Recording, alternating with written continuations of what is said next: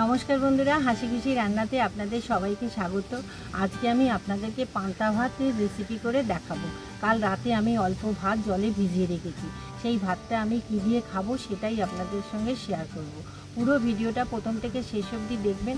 ভালো লাগলে অবশ্যই চ্যানেলটিকে সাবস্ক্রাইব করবেন, লাইক করবেন আর শেয়ার করে দেবেন। চলুন তাহলে আমি পান্তা ভাতটা কীভাবে খাবো আপনাদেরকে দেখাচ্ছি। এখানে আমি এক বাটি ভাতকে পরিমাণ মতো জল দিয়ে 8 ঘন্টা মতো ভিজিয়ে রেখে দেব। এবারে চলুন পান্তা ভাতের সঙ্গে আলুর চোখা কিভাবে বানাই সেটা আপনাদেরকে দেখিয়ে দিচ্ছি। এখানে আমি একটা পেঁয়াজ আর শুকনো লঙ্কাকে ভালো করে ভেজে নেব।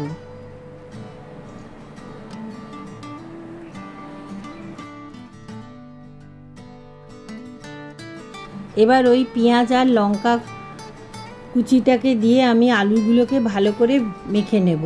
এই আলুগুলোকে আমি আগেই সেদ্ধ করে রেখেছিলাম। আলুটাকে বেশ ভালো করেই মেখে নিতে হবে।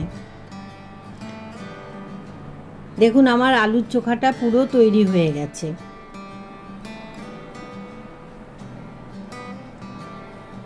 পান্তা ভাতের সঙ্গে আমি ডিম ভাজা খেতে খুবই ভালোবাসি, সেই জন্য আমি একটা ডিমের অমলেট বানিয়ে নেব।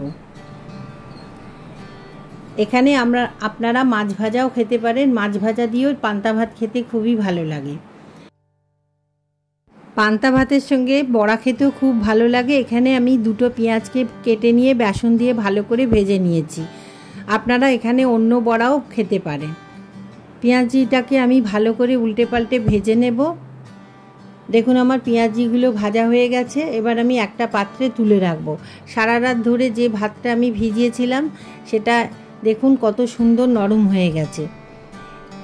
এবার অন্য একটা পাত্রের মধ্যে এই ভাতটাকে আমি ছেঁকে নেব।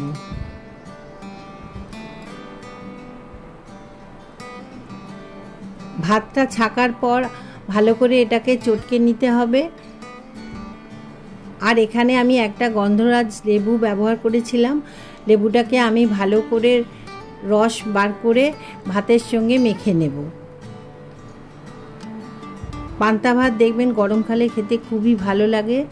এরপর ওর মধ্যে দিয়ে দেবো জল, আর ওপর থেকে দিয়ে দেবো 4টে কাঁচা লঙ্কা, আর একটা পেঁয়াজ কুচিয়েছিলাম সেই পেঁয়াজটাও এই জলের মধ্যে দিয়ে দেবো, আর ওপর থেকে দেবো সামান্য সর্ষের তেল আর নুন।